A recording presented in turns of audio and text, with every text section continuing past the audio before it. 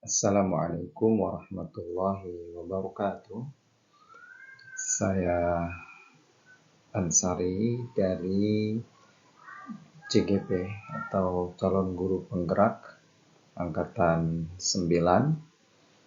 Saya bertugas di SMPN 12 Tambun Selatan, Kabupaten Bekasi, Jawa Barat.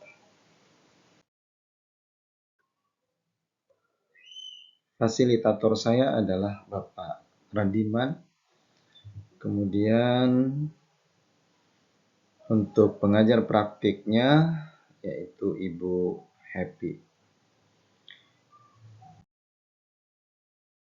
Pada kesempatan ini saya menjelaskan tentang koneksi antar materi, kesimpulan dan refleksi pada modul 1.1. Tujuan pembelajaran, peserta mampu membuat kesimpulan dan refleksi pengetahuan dan pengalaman baru yang dipelajari dari pemikiran Ki Hajar Dewantara. Sebagai pertanyaan pemantik dalam membuat kesimpulan dan refleksi terhadap pemikiran-pemikiran Ki Hajar Dewantara, pertama yaitu apa yang Anda percaya tentang murid dan pembelajaran di kelas sebelum Anda mempelajari modul 1.1. Yang kedua, apa yang berubah dari pemikiran atau perilaku Anda setelah mempelajari modul ini. Dan yang ketiga, apa yang dapat segera Anda terapkan lebih baik agar kelas Anda mencerminkan pemikiran Ki Hajar Dewantara.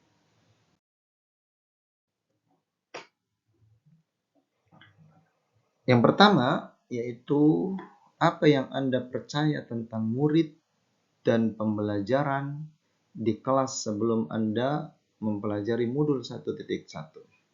Hal yang saya percaya sebelum saya mempelajari modul 1.1 adalah bahwa semua peserta didik mendapat perlakuan yang sama tanpa membedakan karakteristik masing-masing siswa.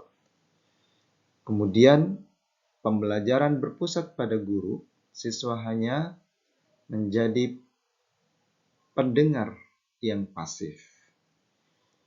Kemudian, ketercapaian siswa dilihat dari KKM-nya.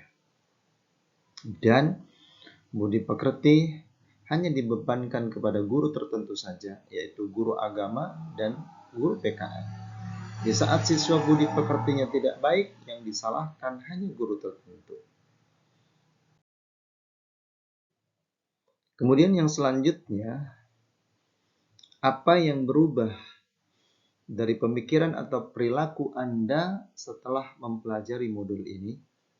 Hal yang berubah dari pemikiran saya setelah mempelajari modul 1.1 adalah, yang pertama, saya memahami bahwa guru bukanlah satu-satunya sumber belajar siswa.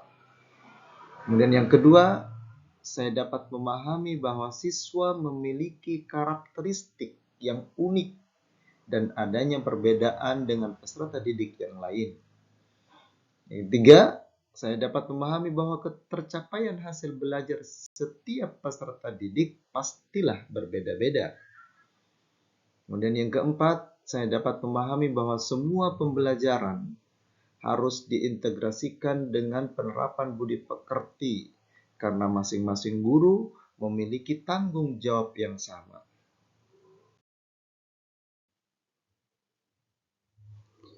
Selain perubahan dalam hal pemikiran, saya juga dapat memahami perubahan pada perilaku saya.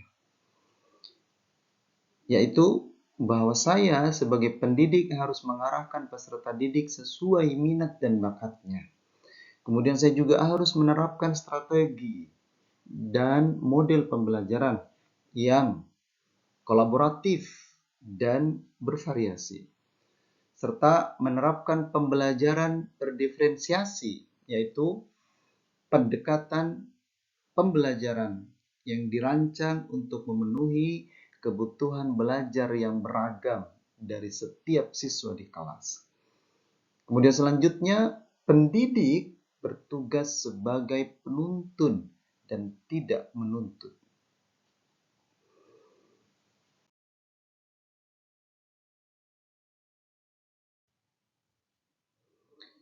Yang selanjutnya adalah apa yang dapat segera Anda terapkan lebih baik agar kelas Anda mencerminkan pemikiran Ki Hajar Dewantara.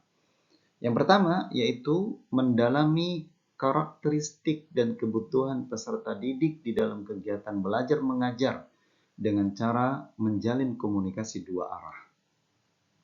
Yang kedua, merancang pembelajaran yang bervariatif dan menyenangkan dengan memperhatikan kebutuhan belajar peserta didik yang sesuai dengan kodrat zamannya. Kemudian yang ketiga, selalu melibatkan peserta didik dalam kegiatan pembelajaran atau disebut dengan student center melalui model pembelajaran berbasis aktivitas. Dan yang keempat, melakukan pembelajaran dengan cara menuntun, tidak menuntut. Dan yang terakhir, pembelajaran tidak boleh terfokus pada kognitif saja, melainkan memperhatikan juga aspek-aspek psikomotoriknya.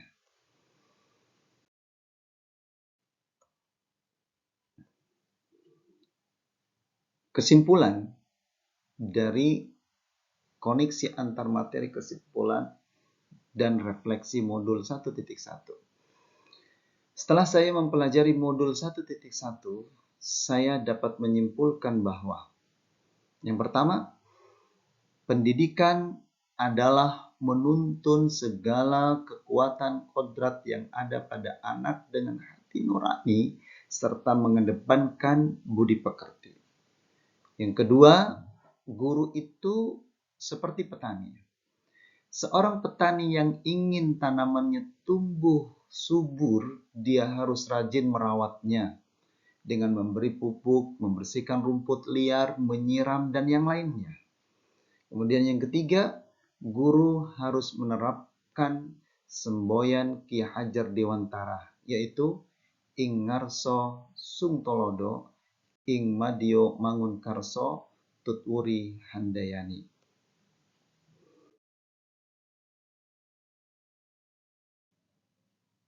Dan yang terakhir yaitu refleksi diri, bahwa kolaborasi dan merdeka belajar menjadi kunci untuk menjadi seorang guru yang memiliki sifat dan karakteristik seorang petani. Sehingga seorang guru mampu mengembangkan setiap potensi sesuai kemampuan atau karakteristik dari masing-masing peserta didik untuk mewujudkan peserta didik yang selamat dan bahagia dunia akhirat. Terima kasih. Salam dan bahagia. Wassalamualaikum warahmatullahi wabarakatuh.